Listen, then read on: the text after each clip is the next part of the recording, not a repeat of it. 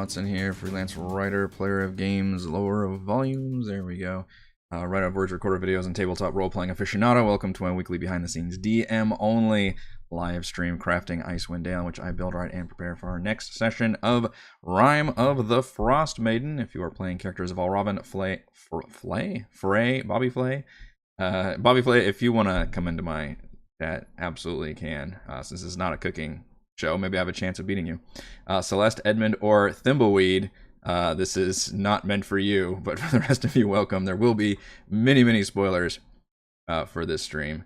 We stream our D&D sessions live on YouTube every Friday evening. Watch all of our D&D live series as well as reviews and Let's Plays on my YouTube channel, and read weekly session recaps at roguewatson.com. You can follow me on Twitter at roguewatson.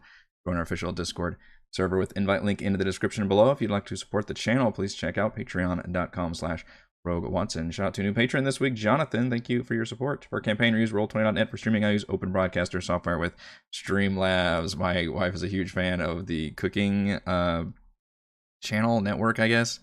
And we have watched, like, I'll walk by and there'll be a Beat Bobby Flay like on for weeks on end, so I've become very used to that show.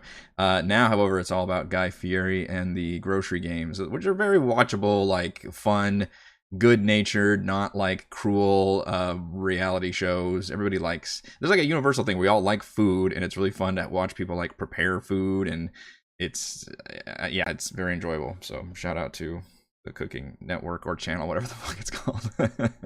But we are going to talk about D&D. My expertise is not in cooking, sadly. I'm really good at cooking things that have the recipe on the back of the box. So shout out to doing, like, you know, instant rice and pastas and hamburger helper and all that good stuff. I do have a few go-to recipes that I pull out, but for example, both my girls and I are super into tuna fish quesadillas. Very delicious, easy thing to do for lunch. Because there's no grilling required. So we're gonna talk about D&D. We have left, or we're in the process of leaving Goodmead and going to Easthaven, which, if you notice, we're actually in a weird situation right now where we don't have a current quest. By the way, good morning, or day or evening, depending on your time zone, to Nathan, Jeremy, Stan. How are you? Good to see you all in the chat. So before, I had talked about a possible road encounter, which I've always been very leery of doing while in Chapter 1, because there's just so much content to get through, and I figure the roads are still relatively safe. But one thing I've wanted to kind of tease is the whole animal thing. And originally, back, if you watch my early crafting Icewind Dales for the pre-campaign stream, I was very turned off by the talking animals. But now I'm kind of come back around on it, using them specifically as agents of Raveson, and then Raveson herself is a direct acolyte of the Frostmaiden, so they're all within that same faction. Instead of being these weird, you know, just random talking animals, they actually all have a very specific purpose in the story, which is they are essentially minions of the Frostmaiden in a way. And when the players encountered them earlier, I'm basically flavoring it as the Frostmaiden literally assuming control, like possessing one of these animals, because they were awakened via one of her loyal frost druids, which is Raveson. And I'm going to put Raveson in Easthaven instead of Lonelywood. I'm getting rid of basically that whole quest of Lonelywood, and instead I'm making her an important character in the overall story, because she works directly for the Frostmaiden. She's actually one of the few people who the Frostmaiden will even speak to directly as a loyal follower. And she's essentially wormed her way into the government and the leadership of Easthaven, to where she basically runs this city. And that's where we're going to essentially check off the box for all of these rumors and leads. So if you notice, we really haven't followed up with several of the rumors that we got early on in this campaign, which was possible oral worship in towns for the Frostmaiden. And then earlier, I named dropped Raveson earlier in this campaign. Whenever, I think, what was the road between Targos and Termalan, when I had a bunch of wolves fight the party. So that's the Awakened Animals thing is going to come back to her. And then, of course, the third one they do know, which is bringing them to Easthaven, which is that there's another Duergar outpost supposedly in Easthaven that has taken over their ferry. So that's the reason the players are going there. What they're not going to know is that Easthaven is, I don't want to say taken over, because it sounds like it's, a hostile takeover, but it's really more that the entire town has become more of a creepy, like, we're all in this to, they're basically starting to go that way, where they're starting to worship it's to where, when I introduce one of the more interesting scenes from the book, which is the wizard being burned, and everybody gathering around it and kind of warming themselves by the fire and stuff, it's going to be a pretty creepy moment. Not that I don't want to go into the direction like everybody's wearing robes and people are like, oh, for the sacrifice and thing. It's still going to be like normal people, but I really want to play with the fact that these are normal people, but these are obviously very extreme circumstances, which they're suffering from this. These are already a very hardy, isolated frontier people, and then on top of that, there's this everlasting Rime that's the perma-knight that is just destroying their ecosystem and their whole way of life.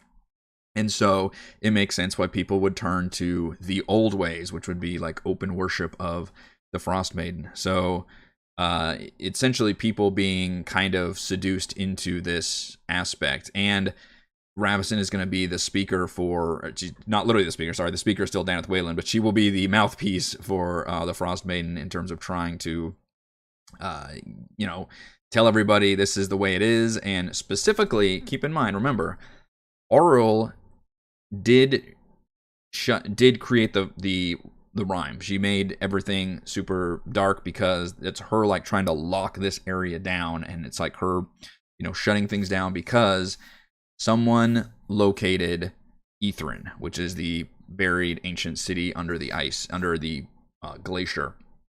And that freaks her out. She doesn't want anybody to know where she comes from or the power source that she used to ascend into godhood, because she's originally from Easthaven. She's 1,000 years old, or whatever, 2,000, whatever it's been. But she has instructed her followers. The one thing that the Frostmaiden is keeping from people like Raveson is that she is telling them these wizards caused this problem, because she doesn't want to be that forthright with her followers either, even the ones as loyal as Raveson. So, but she has instructed Raveson, and thus Raveson has instructed all of her, various animals. And yes, I've thought about even introducing Sefik as another agent of the Frostmaiden, which could be interesting. But, right now there's an interesting situation where the players are on her radar. Obviously, they are very important characters. They're going around doing things, but would the Frostmaiden actually be actively hunting them down versus just trying to use them to gather information? So that's an interesting thing I'm looking at right now, is I don't want to turn Auril the Frostmaiden into just a generic BBEG, overarching villain for the players to have to deal with. That's, something I could do, but instead I really want to make this an interesting character that she specifically is trying to find these Arcane Brotherhood wizards and stop them before they, uncover Easthaven and basically blow this whole secret wide open. So to that end, yes, she would want to destroy anybody who would be, on that trail, but maybe she could just use these marshals to hunt those wizards down and kill them for her. So she's not opposed to, using them as agents the same way she's been using Raveson and the animals as agents. So this is all, tricky stuff for me to have to wrap my head around, because I'm kind of modifying that part of the story as written to try and make things a little more active and make the Frostmaiden have a more active role in the story and give her actual like motivation behind the things that they're doing. So when they get to the burning at the stake moment, in Easthaven, Raveson will be addressing the crowd and saying it's because of people like this person, which indicating Dazan, that is the reason why we're in this problem. And so she is going to lay the blame of the everlasting Rime on the wizards who have come to this land, and she says they've done something, they've upset the balance, or they've angered the Frostmaiden in some way, and she is, and we know that they need to be dealt with in the way, and really kind of play up like the xenophobia that a lot of small isolated more rural towns tend to have, and be like, these are outsiders coming in and messing up our shit. And you see, this is what happens when you've got wizards from the big cities coming down to us. So that's where I'm going with for a lot of this. Now, what I don't know, this is all the things that I'm going to introduce via essentially a very pretty lengthy cutscene. I actually do have. Well, I'm skipping ahead. So let's talk about the road event. I was going to introduce another talking animal road event on the way to Easthaven, because at this point, via all of these various talking animals, Raveson and thus the Frostmaiden are very aware of what the players have been doing and where they've been going. So I need to figure out what would their attitude be once the players turn towards Easthaven. I was going to have them, have a fox in the road or something. And I'm playing with the fact that before, whenever they had the creepy blue stare and it was an otherworldly voice, that was actually the Frostmaiden talking to the players. But this time I can just have a regular talking animal and really be fun with it and just have it be a kind of a sassy, squirrel or fox or something. And I don't know if I would. I'm still debating on if I want to warn them away from Easthaven or if I want to specifically say, Raveson's been expecting you. You need to come. But we know what you've done in terms of working with the wizards. I'm tempted to. We obviously, it can be a fight. I actually have a battle map prepared for a battle with animals if we want to do it that way. But I need to be careful about how I want to word this, because I don't want to necessarily turn. What I want to do is prove to the fact that Raveson is very powerful and should not be fucked with. And yet, I don't want to just paint her as a complete villain that the party would absolutely hate. So, that's kind of where I'm at.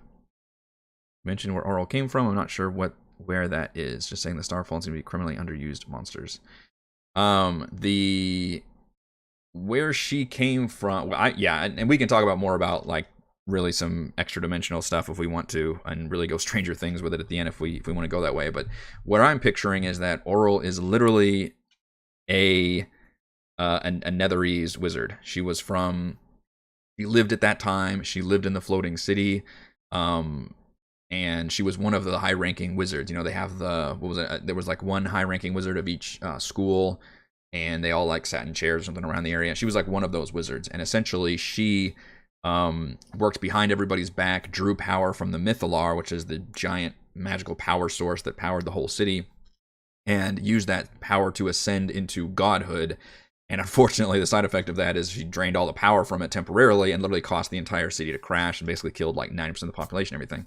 And then it was buried in the ice, and because it happened that way, she gained all these like permanent ice powers as a result.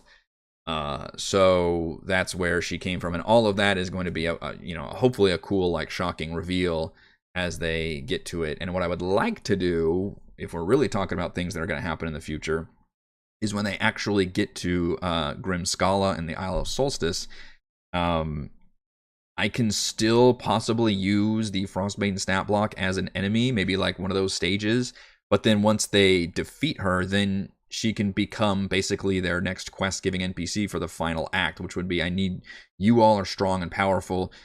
I'm tasking you with going into Etherin and shutting everything down and sealing this place off and clearing out and make sure nobody else can get to it. And for the sole purpose that, she wants to essentially destroy any lingering traces of that power and not anybody find out the truth of who she is or where she came from. So I think that'd be a cool twist to be able to do that. And then, of course, at the end, we can still have her show up and, be a big fight or something. But all of that is far in the future, and it's all, it's very gray area, which I think it helps in D&D and any tabletop RPG to have, like, generic notes about what you kind of want to have happen in the story. But I think if you commit too hard to certain things having to happen, then that's going to affect how the story unfolds, because you do want to have your players be able to make some meaningful choices and affect the story along the way. So I do want to try to be nebulous with some stuff, but to tell a good story, you do need things to happen, occasionally set that in stone. So we'll kind of see and cross that bridge as we get there. A talking cat would be badass. Talking animal could thank them for disrupting the Black Swords. Well, that's interesting that you mentioned that, because Stan, because that's So the Frostmaiden's whole deal right now is that she is freaked out about these wizards. She only knows that somehow one of these wizards was able to find Easthaven and access it for the first time, maybe even like ping like an energy source coming off of it, and that's how she felt it. So that freaked the Frostmaiden out, and she has been scouring her realm for these wizards. Now, she's been asking the players through the talking animals about like that, and that's why I've been playing that up. Like that's all she cares about is just like, where are these fucking, like she's not malicious. She doesn't want to like just kill people. Like I don't want to do any of the like evil goddess thing. Instead, I really want to play with the fact that she's just an embodiment of like winter. She's lost a lot of her humanity in the, you know, centuries she's been alive, and really just does embody like the callousness of winter. However, this part that's reignited has suddenly drawn her into a more human, emotional state where she is kind of anxious and worried and very vengeful about what's going on with these wizards specifically. So she right now doesn't have any animosity for the players themselves, but do they know that the players have dealt with one of the Arcane Brotherhood wizards, which was Avarice? Avarice is a member of the Arcane Brotherhood and was one of the wizards whom the Frostmaiden would very much like to deal with and eliminate. So if she knows that, you know, they went into the Caer Dineval and helped her, you know, defeated, you know, the reigning person that was there, and then actually helped her, and then they to where she left, then that would be pretty upsetting. She would probably task the players with like hunting her down and killing her or something. So that could be a way where I can have this, you know, I think I put a little fox here, you can see on the battle map, basically saying like, hey, and essentially admonishing the players for doing that and saying, you know, hey, we saw you guys come into the Castle Dineval, and we saw the that when they left, that one of the wizards still left alive, you know, and we need answers about that essentially. And also the other thing that I'm working into my story is the fact that Chardalyn is basically like kryptonite to the Frostmaiden. It is stuff that has come from the place where she came from, Easthaven, so it affects her very greatly, negatively. So the other thing that the Frostmaiden would do through Raveson and her agents would be to try to confiscate Chardalyn, because she does not want it out there in the wild where just anybody can pick it up and pose some kind of a threat to her.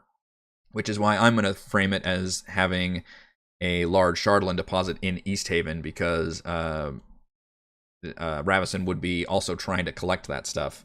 I don't know how public she would be with that information. I'm still deciding on if she would literally be announcing, like, if you find any like weird, you know, pieces or anything, bring them to me. Don't try and, you know, keep them or touch them or anything. Or if I wanted to keep it on the down low where she's just like instructed, you know, the city guard or something to like find this stuff and confiscate it, versus trying to like worry people into, you know, giving it up. I'm not quite sure on that. Which quest are we working on, Jason? We are working on Easthaven. So a lot of what I've been talking about is the fact that we're technically not doing a quest right now. We're really, because the quest that's in Easthaven is the Toil and Trouble. It's the Cauldron Caves. It's the Sea Hag. It's the skeleton. All that. It's a fine quest, I guess, but I'm just not doing it because it doesn't have anything to do with anything, like a lot of the Chapter 1 quests. And frankly, we've done so many of them now that we are right there on the edge of getting to level 5 that we really don't have to run any more of these. So instead, yes, as you just said in the chat, I will be running the Town Hall quest, which can go in two different directions. One of them is a follow-up to the other quest, which is they get the cauldron, a bunch of Zentarum thieves try to steal it.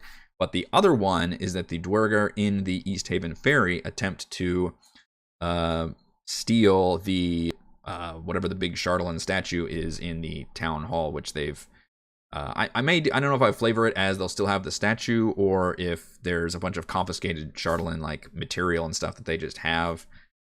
Maybe both.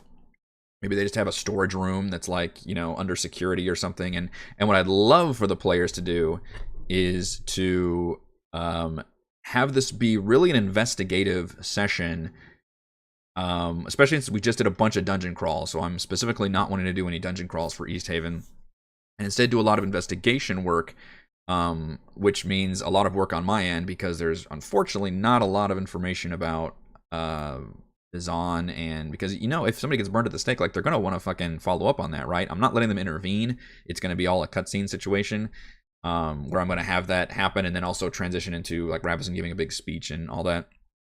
However, what if they want to like search the body or say like, well, where was he staying and all that, and do that kind of legwork?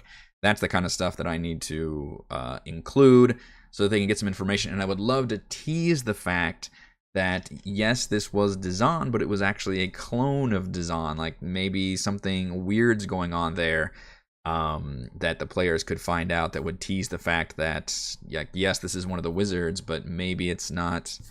Maybe they'll still find the original one.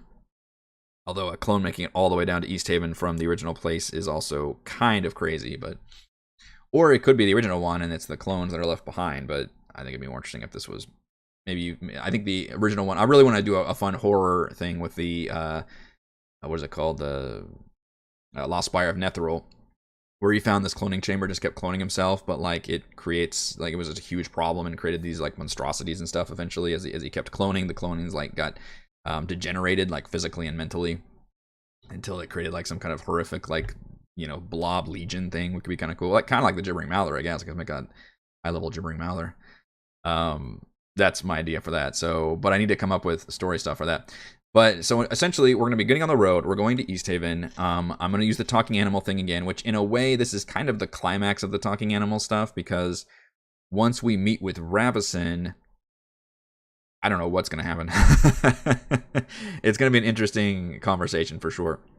I really don't want the players to be able to fuck with Raveson too much. I would love to be able to keep her around, but she's technically not integral to the story, to where even if they do even defeat her, that doesn't stop the story or the plot line at all. It's just if they don't defeat her, if they don't do anything about it, then I still have her in my back pocket to be able to do stuff and mess with the players throughout the campaign if I want to. So I guess we could still use the talking animal thing. Maybe they oust her from the city, so that could happen. Like all kinds of different things could happen, and technically my story is not overly affected. The only thing that really needs to happen in Easthaven, for sure, is they get the location of Sunblight. So they need to learn the fact that the Duergar have a massive fortress. They're planning. They don't have to learn what the Duergar necessarily doing, although I've teased it. But they need to learn that location so they can make it there. And my plan, Jeremy, is to level them after they are done with Easthaven, which I don't know how many sessions it'll take. I don't think it'll take very long, because I don't have any big dungeons planned. My plan is, I mean, this could be a combat encounter. I've certainly got animals here set up for that. Don't know if I can put the polar bears on the map yet. Depends how much of a show of force I want these animals to do. I was thinking just having the fox and then maybe the wolves appear, and I can use these as additions. I thought it'd be funny as a callback to have the polar bears, and then one of the polar bears can be like, or maybe both of them can be ones from the Bryn Shander, like that very first session that like Edmund befriended and all that. That could be kind of interesting. I've got some saber-tooth tigers down here that can leap down and attack. Just kind of a way to like fuck up the players, but it's not necessarily my intent, because originally there was an attack on the players, and then the animals had to retreat, and then since then I think once or twice more the animals have spoken to the players but not attacked them and just tried to gather information. However, this I think is the first time they've talked to them post Caer Denival, where now perhaps not finding one of the wizards and not fucking with and not defeating her or anything, that may have upset the Frostmaiden faction. So I could see why maybe they would want to say, you need to turn around and go hunt down that wizard that you left behind. Unless you're a friend of the Frostmaiden, you're not allowed in Easthaven and all this stuff.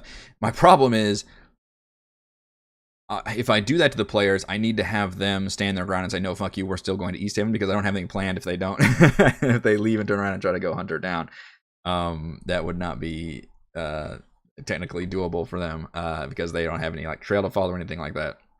So this could, depending on how they role play this scene, they could make it to Easthaven without a fight, but I do have a fight planned. And yes, if you notice, I thought it'd be cool to have a fucking tree here that turns into an awakened tree, because that's something the players would absolutely not expect at all. The fact that the druids can also just make trees sentient, and they are kind of hilariously powerful with a pretty big amount of hit points, and it's only one attack, but it's a pretty damaging attack, so I thought that'd be pretty fun. So that could be a fight. And then we're going to get to Easthaven, and I've got a cutscene planned where we will essentially, it's going to be a really, it's a shame because Easthaven, I think, could be the most fun city because it's supposed to be based on these like thieves that founded the city and it's all pickpocketing stuff. But I'm really going with the, the Frostmaiden acolytes have taken over and it's very become more like militarized and shut down. In fact, I think this is supposed to be one of the bigger cities. So this also bugged me about what's written in the book, though. Look at the size of this fucking map, first of all. If you look at the 10 Towns, Easthaven, you can see it from here also. Look at how fucking big this map is. Like, this is a huge looking city just from the map. But if you look at the population is only 750, which puts it at like third behind Bryn Shander, which granted looks big also. It's probably about the same size, but Bryn Shander is supposed to be more populous. But what really fucks me up is that Targos, look at the map of Targos. Targos is supposed to be bigger than Easthaven, and 1,000 people versus 750. Like, are these high-rise buildings in Targos? Like, none of that makes sense to me. So it just seems like if you look at this one map, which that's the one I'm going to use, like, Easthaven looks like it's one of the biggest fucking cities. I guess it's still top 3, but it just bugged me that Targos had a bigger population, I guess. Didn't make any sense. And unfortunately, yes, there's a lot of stuff to do in Easthaven, but I'm kind of ignoring some of it. So there's a whole ghost thing you can do at the White Lady Inn, which is a funny name. It can be interesting, but I don't really have anything to do with it. I don't have a character who's got like a dead, relative in their past or something that could make it more interesting. And it's just weird how there's several NPCs in this campaign whose sole purpose is just to tell players about the plot and what they should know. I find that very awkward. There was like that seer in Caer Dineval that I eliminated for the same reason, who just knew a lot of information to impart upon the players. It just seems awkward as hell. So I'm tempted to just get rid of the whole seance thing, unless somebody's got a good solution to use for that. But I mean, it could be a cool thing you can do and maybe even play up the horror angle, but I don't really, there's no like lingering questions that my players have that would necessarily be answered by that. I guess they could ask about the weird thing is they're in the same city to find out the thing about the Duergar, right? That'd be the one question that they would have would be, hey, what are these Duergar planning? What are they doing and all that? And you could maybe give them some of that information, but they'll find all of that through the Easthaven Ferry in general. So my plan is to have this big scene that's written in the book, which is I don't know where it is, by the way, in Roll20, because if you look at Easthaven, I don't think it's under Easthaven section. Doesn't have the burning. It's got the Easthaven Ferry, and then it's got the White Lady Inn, which is the seance, but it doesn't say anything about and if you look at Toil and Trouble, it's just this quest. So I don't know where it is in Roll20, but in the book there is the burning of Dazan, which I actually threw together a map for just to have one. This is from a Patreon map. What's the person's name? Tom something. I cut it off. My bad. I should know that. But this is a free map that was posted to Reddit. I thought it'd be a cool like Easthaven burning map. I don't know if I'll actually use this map or not. It's kind of tricky because if you give your players a map, they're gonna think, oh, this is a battle map. We're gonna fight on it, and that's not my intention at all. I really don't want to turn this into a fight at all, or even the possibility of a fight. But it's there just in case. I could use it as, I guess, a visual aid in a way, but I also feel like if you give your players a grid battle map, they're going to want to fight on there. And I do have at least one player handout you can do, which is this one, and that's cool. So you can give them something to look at while they're doing this, and you can show them Raveson's picture as well. I think she's got a picture, although I think it includes her stupid Awakened Shrub, which is a little goofy. I don't know if I want to use that. Yeah, it's her little bush right there. I don't know if I'll use that. Wait, that might be, I mean, you could have a little bush falling around, but that's so silly. That's a little too silly. Just give me like any animal. Why a fucking shrub? So it's gonna be a cool scene, and then the speaker will want to talk to the players. The players might want to talk to Raveson. I also am leaning towards creating a connection between Raveson and one of my players, and I'm leaning towards Thimbleweed because Thimbleweed's originally from the Reged Nomads, and I thought, wouldn't this be kind of interesting? It's always cool when you can create those relationships between players and NPCs. What if Raveson was initially from the same tribe that Thimbleweed was from, and she was instrumental in his exile for whatever reason? He can decide on that. And then she was later called upon, and she was always a very zealous acolyte of the Frostmaiden, and kind of wormed her entire tribe into thinking that way. But then eventually she was called upon whenever the everlasting rime happened and all the bad shit happened. And before, she was just a devotee of the Frostmaiden. But then once that happened, the Frostmaiden then looked at all of her very loyal followers and literally spoke to Raveson and said, hey, you need to go to 10 towns. You need to use your powers, which maybe she elevated her powers and give her 5th level spell slots and things. Use your powers to create an army and scour the realm for these wizards that have caused all these problems. And obviously very paraphrasing, because it was very much of a goddess speaking to a person. So she is actually a follower who has spoken to her god, which is obviously makes her very loyal.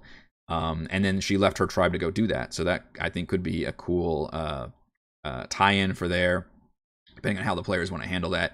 Now, the one plot hole is that obviously I've used the name Raveson before, and Thimbleweed, and I didn't say that Thimbleweed knew that name, so I would have to include the fact that she changed her name at some point. So in her own backstory, as written in the book, she has a dead twin sister named Verna, I believe, which is why she's doing all her evil things. I am probably not going to do all that because I don't really need to, but I will use Verna as the name that maybe she originally was known by, maybe her original name, and then for whatever reason she changed her name when she came to the 10 Towns region. And maybe she went to different towns and decided that Easthaven was the most pliable in terms of setting up shop here. Maybe it was the biggest and one of the more powerful towns, but not quite as manipulatable as Bryn Shander was. So she just kind of chose that as one to set up shop. And basically every day, because she gets her spell slots back in a long rest, she awakens a new animal and sends it out. And thus, over the months it's been, she's created a lot of these animals that have been roaming the 10 Towns region, and that's what the players have been running into. I'm saying she has a little push. That's, yeah. Do you think the players will intervene at the burning? Maybe. I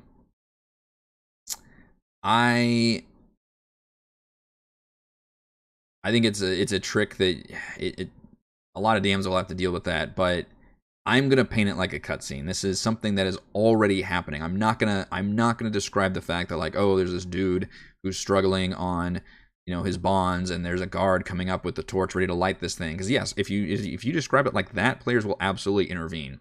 Most players will intervene. Instead, what's going to happen is the players arrive, and this bonfire's already engulfed him. There's no real saving him. I mean, if they try to use, I guess I should look and see what magic options they have, would be the only thing. If Celeste were to use her broom to try to spray water, she could do that, but it would not be enough water to. I mean, this is going to be a huge, you can see on the map, which they don't have this map, but essentially the water would just fizzle and stuff that on the fire, and you could see people would be very upset about her trying to do that, and maybe even grab her and pull her back. I don't want to do a weird thing again where they're all robed cultists or anything like that. That's not really the angle I'm going with. Instead, they're just normal people who are, have been basically kind of convinced that this needs to happen in order for them to fix the everlasting rime that's affecting everybody and affecting the entire land. Is they need to be able to hunt down these powerful outsiders, and put them to justice.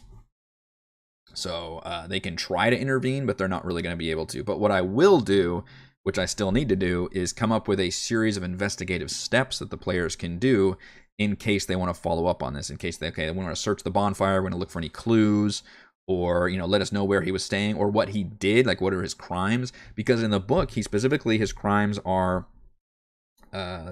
coldly murdered some adventurers who had aided the people of Icewind Dale in the past, which I think if you put two and two together, it means that maybe he murdered that other group of adventurers, but I don't think the town would have figured that out.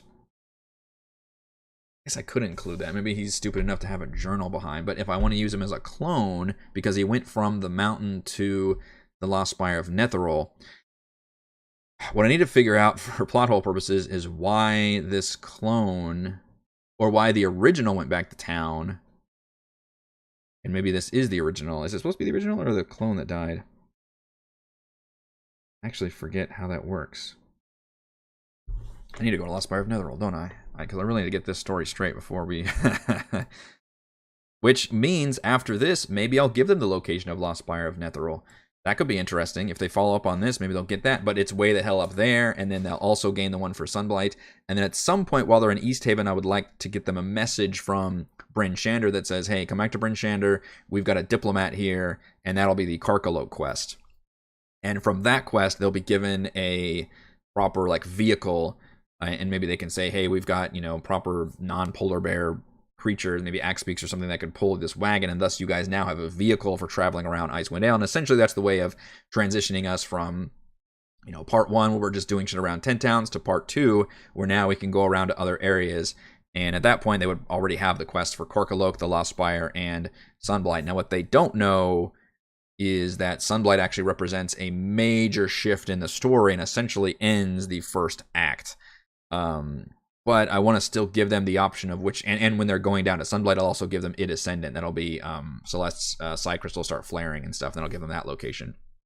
So they'll be given this whole slew of new adventures and objectives to be able to tackle, not knowing that technically Sunblight is like the main quest where the dragon gets unleashed, and that can fuck up all of 10 towns, and cool things happen from there. The original, the close in Lost Spire.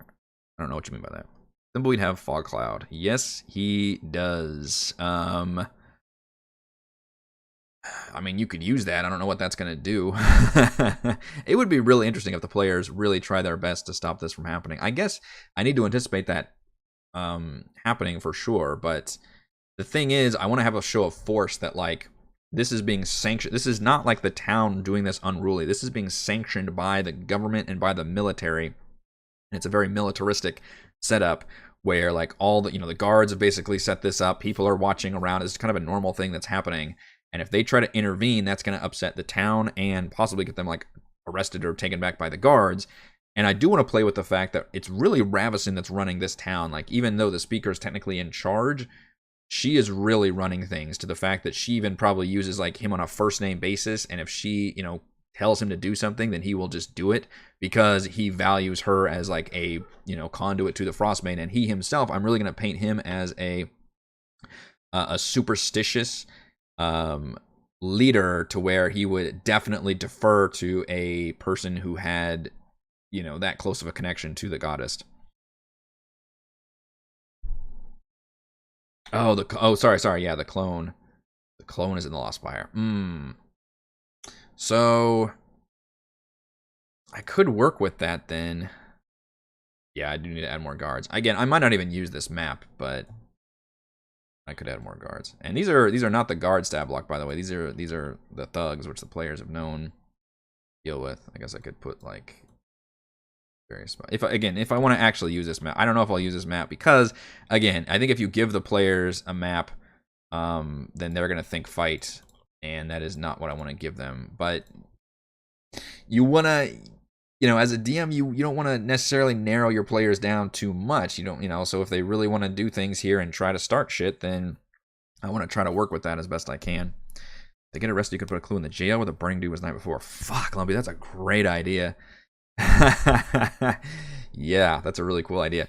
So first of all, why did Dazan come back to Easthaven? Because he was in the do I have to go to Lost Spire for this? Why did he come back here and thus get arrested? Because he was in Easthaven. He had gone to the mountain, right? Because I changed all that, where he hired that adventuring party, which included the Goliath and the Halfling and whatever that they fought the Yetis and stuff on. They got to the top of the mountain. The point was to you know, get that little compass heading and be able to find wherever that big deposit was, and thus he was able to travel out to the Lost Spire, and then he was able to, you know, do all the things in that dungeon essentially. But then why would he come back even after being able to successfully work it and do the cloning device and all that?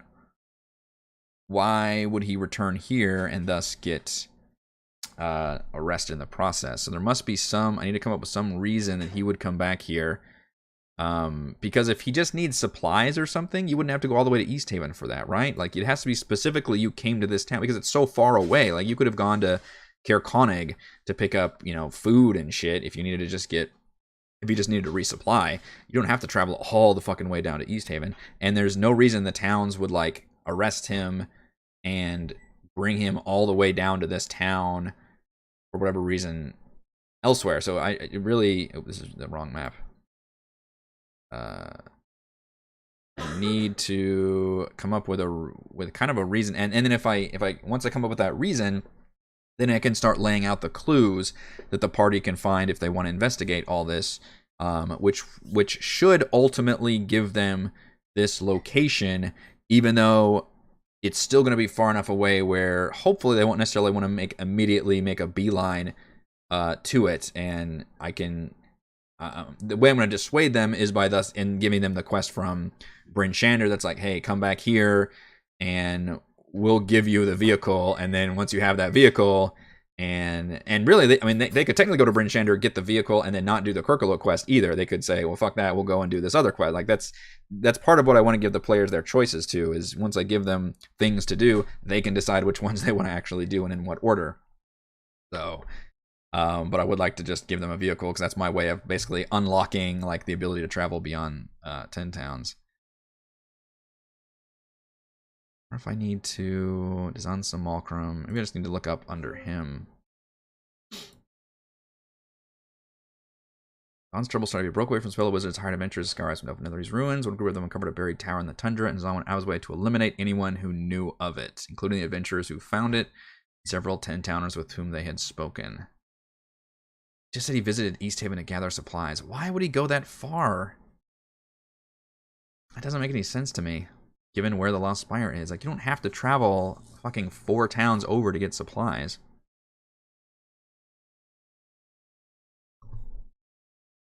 Left a MacGuffin hiding in Easthaven. He needs to get into something. There's a link between him and Raveson. No. Those are separate factions. So the Raveson faction is... Frostmaiden, and that includes all the animals and stuff that she's creating. But the Arcane Brotherhood are definitely their own faction, and they are all directly opposed to the Frostmaiden. So she wants to find and kill all of them. However, the Arcane Brotherhood aren't working together. They're all doing their own thing, and they're all having their separate stories. So they all kind of care about what each other are doing as well. We took the precaution of adopting a magical disguise. Members of the local militia recognized Zon by the way he walked and spoke. They captured him, gagged him, confiscated his spellbook, and condemned him to death. Yeah, they first encountered him in Easthaven, died to his taking up to plains, and there's no they can well after one, so they'll finally leave Zon's ashes to be scattered by the wind. Unbeknownst to his executioners, he used a spell scroll of Simulacrum to create a copy of himself, which I'm changing that to being the thing that he finds in the Lost Spire. Welcome Wheats. Okay. So I could still make it so my idea was this. My original idea, and I could change this, and I need to figure this out by tomorrow, unfortunately, is that it's not the original that gets burned, but it's a clone. Because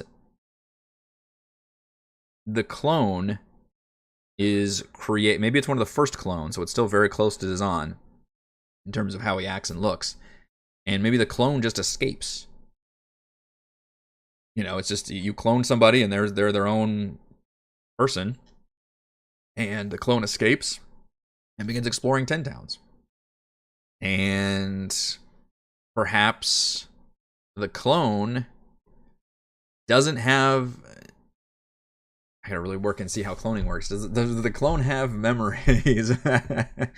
Or would it just be you have the mental capacity and you have the physical attributes, but maybe you haven't formed your own memories? Or maybe they're like, I don't know, I'd have to really I'm probably overthinking this too much, but Maybe the clone just wanted to trace the original Dazan's footsteps and see 10 towns. Small are made of ice, so not good at burning. Well, I'm gonna eliminate that part. Made of ice? Well, and I'm not using a spell scroll of Simulacrum. What does Lost Spire say? How does this work? I thought it was a device. Oh, no. That's right. It's not I made that part up. It's not. It's a device that can, like, make you a real boy or something. Yeah, the Rune Chamber. What does it do? Chamber can produce life sparks and turn any illusory creature into a physical one. Okay, so that's what you're trying to do. It's a clone that's trying to become a real boy.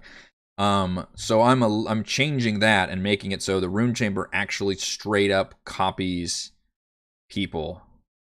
I don't know why Easthaven would have that as a thing they could do, but maybe they were copying their servants or something. Clone thinks he's the real one and Dazan is the clone. Absolutely, yeah. I'm gonna play around with all the good clone stuff. That's true. This clone could also be a sacrificial pawn. Like, he just, like, he pushed the clone out of a cart and kept going. Like, there, see?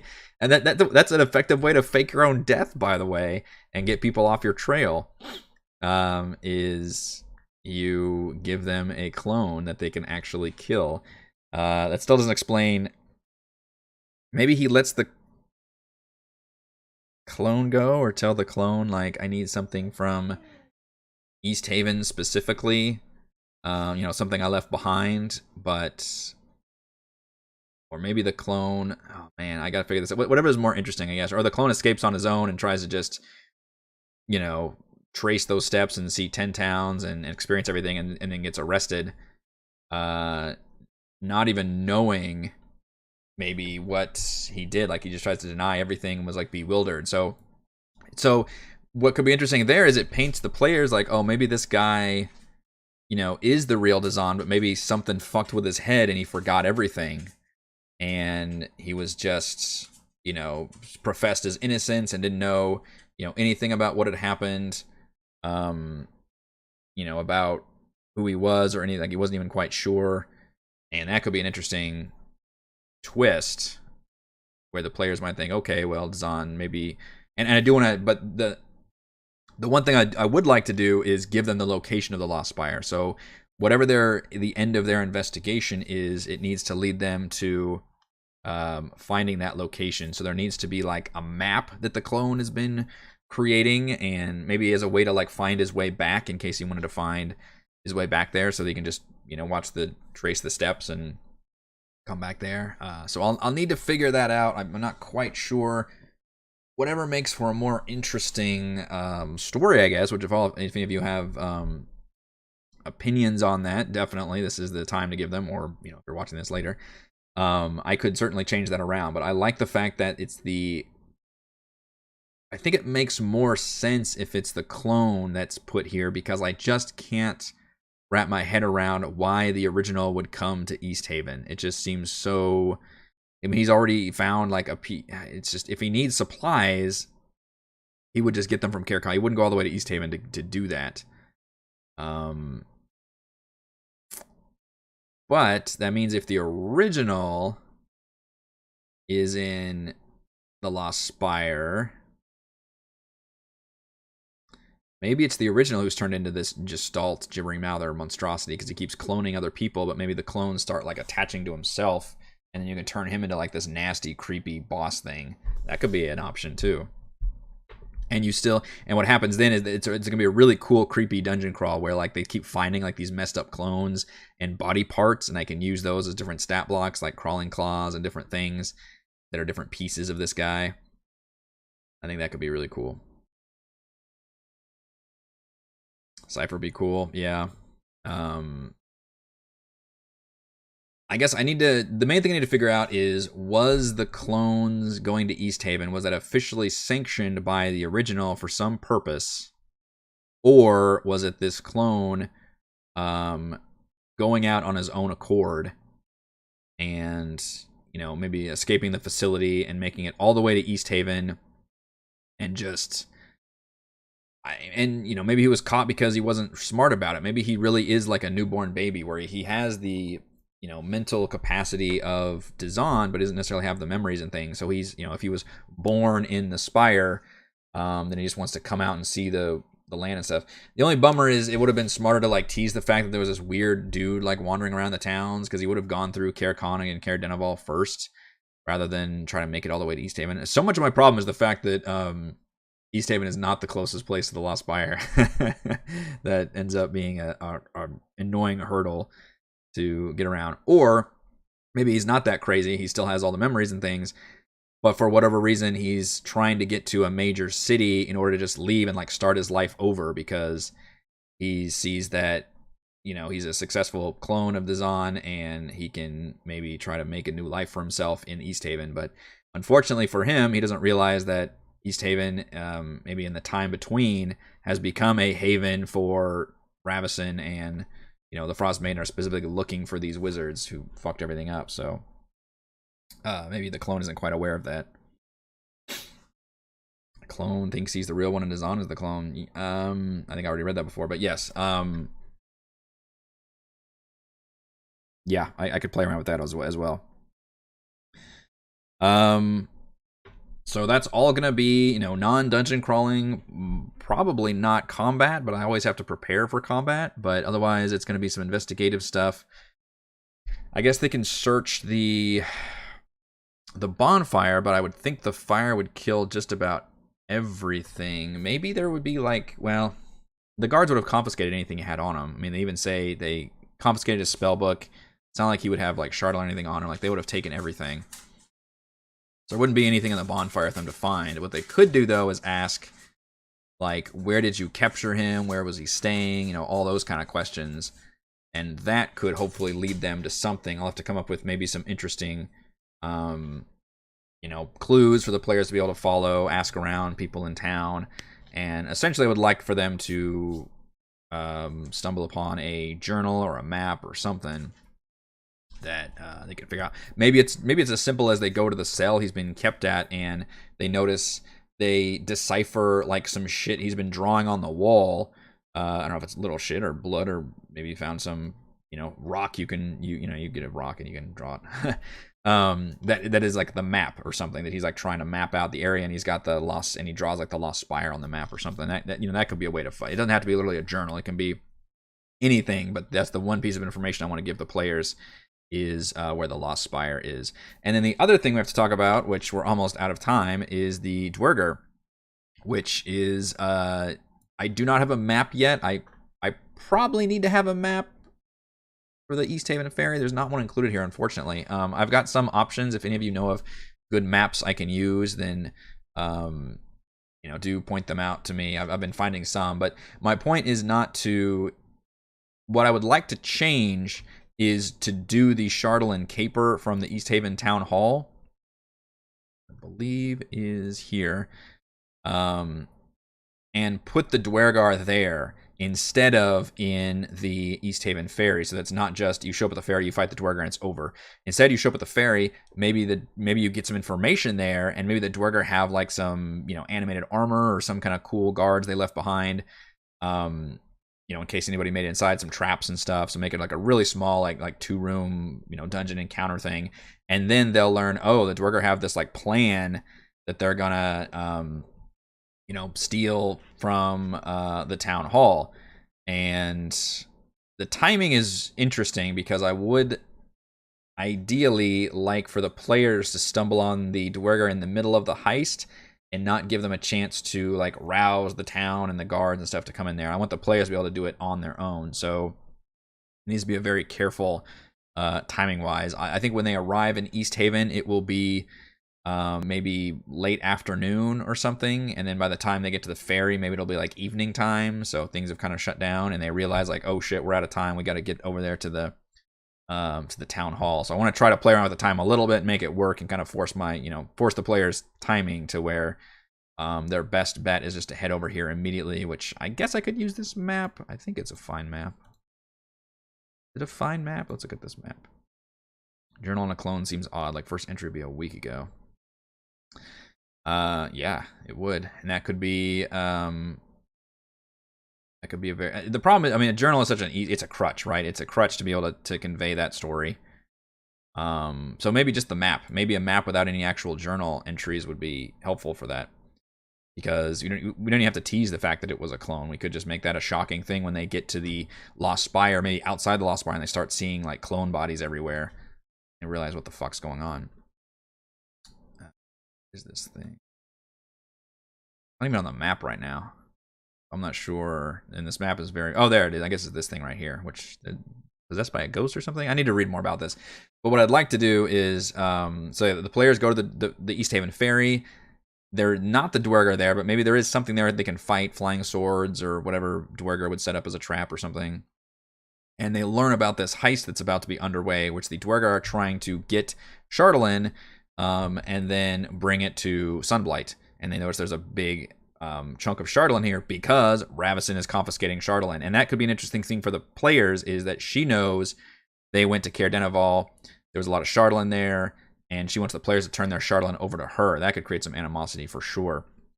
And yeah, she could try to arrest the players. Like, there could be some tension for sure. Hopefully not an all-out war, but maybe they can work something out. So, later, Jason. And I'm planning on having them fight the Duergar here, which I want to have fun with all the different Duergar stat blocks like I did in the Duergar Outpost, where there was, Mine Masters and whatever else I can play around with. The Hammerer, I think, is a really cool stat block. I want to almost treat it like a freaking payloader from Aliens. And I think it's kind of meant to be that way because you can actually target the person inside, which is really cool. It's like this battle suit almost. But maybe even make it larger and more powerful than that, because I think there's still a medium construct. They just kind of have like this little bionicle part to it. I think it'd be cool if it was this. They were using the Hammerer to like actually try to grab, like, or chisel maybe this big chunk of Chardalyn from this like ship, I think, that got excavated. Even that's, maybe it's been there for a while. That they're looking to like tear apart and get. So that'd be a cool encounter for the players to stumble upon and basically fight some more Duergar, and then ultimately learn where Sunblight is. And maybe it's a question of I don't know how much information to give them in the ferry versus they need to get that information from is it Dearth or is it Nildar who's actually here? And I need to figure out which the surviving prince, which I was able to get, did he actually return to Easthaven, or did he just go straight to Sunblight? I'm tempted to leave him and have him be at Sunblight, whereas the other prince is here, but maybe they still were able to communicate with each other. Maybe he stopped off, in Sunblight or something. So I do need to follow up on that. Giant claws instead of a hammer. Iron Master was great. Yeah, really dangerous because we have a very, very powerful barbarian whose only weakness is like mind fuckery, basically. So that's very good way to exploit that weakness, I think. So there's a lot happening in Easthaven. It's a lot of stuff that's from the book. I'm just kind of playing around with the things that happen. I'm trying to use the maps that I have, but unfortunately it doesn't give me maps for all the possible encounters I need.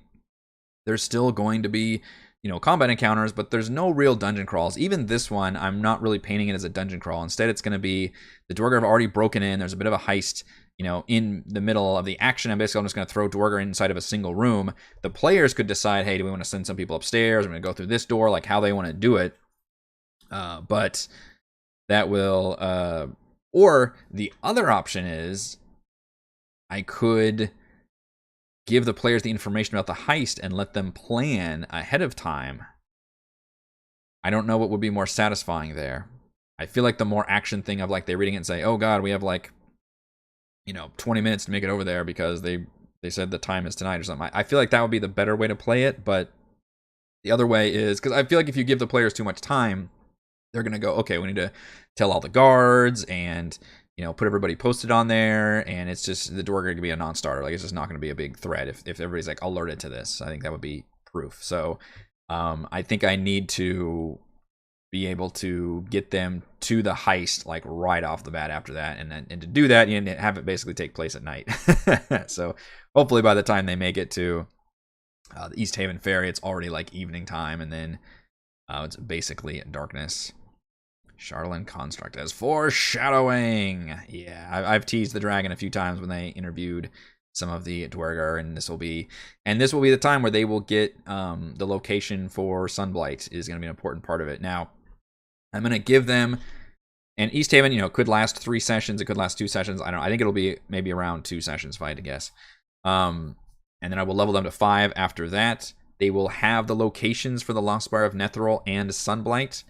But I will also give them the quest of Bryn Shander has contacted them and said, hey, you need to return to Bryn Shander when you get a chance. We've got a diplomat here from the goblins that says that they're willing to work with us, and we need you to be able to go handle this. This is like a martial jurisdiction. And by the way, we've also got your carriage ready that can take you further outside of 10 towns.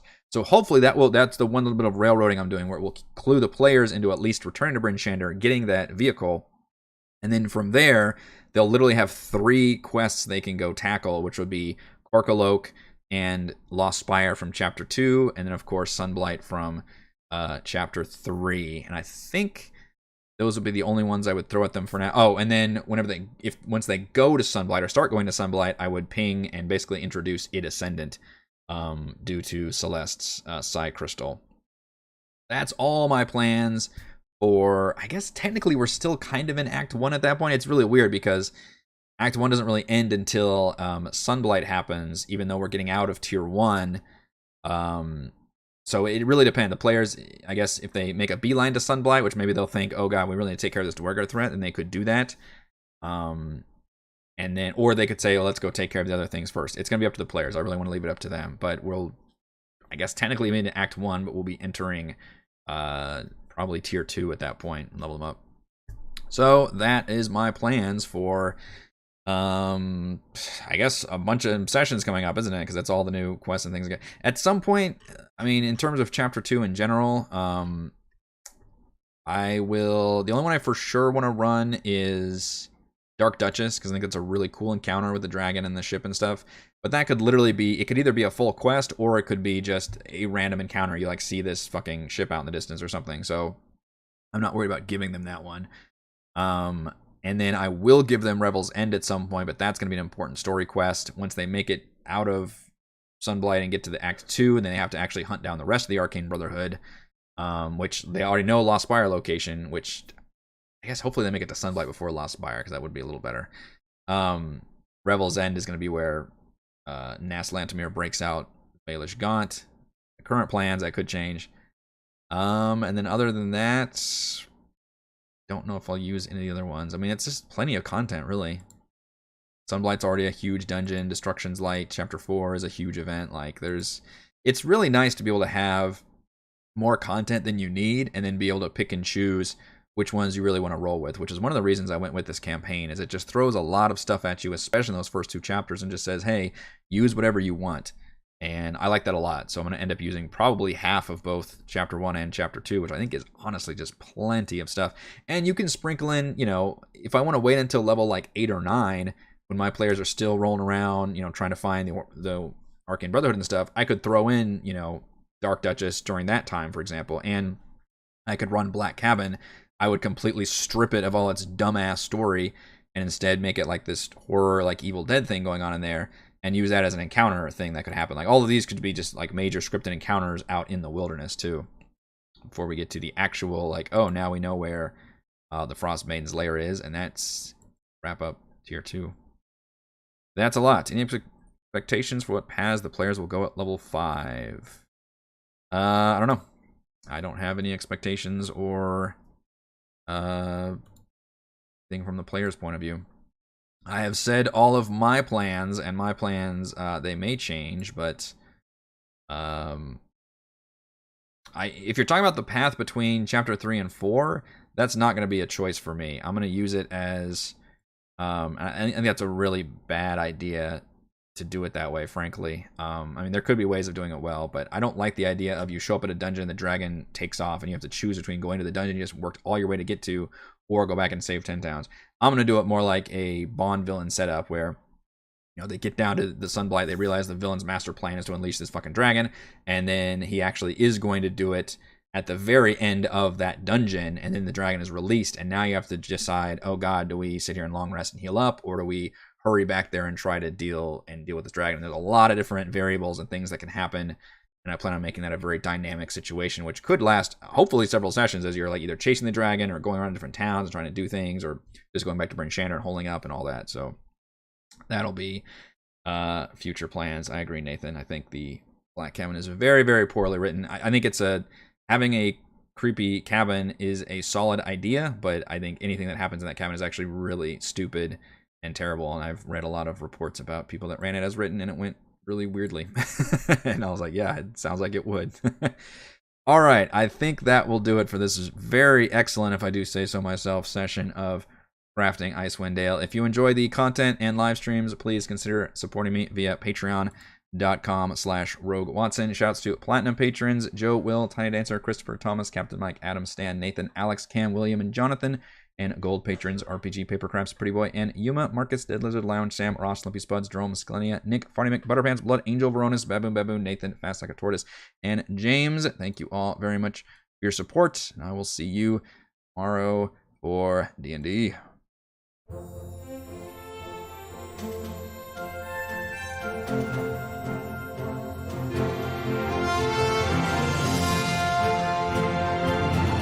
As far as the level up pads, I have no idea. I haven't heard anything about that, and I mean, some of our players really show up and I have no idea what they're going to do when they level up, so that's always a fun surprise for me.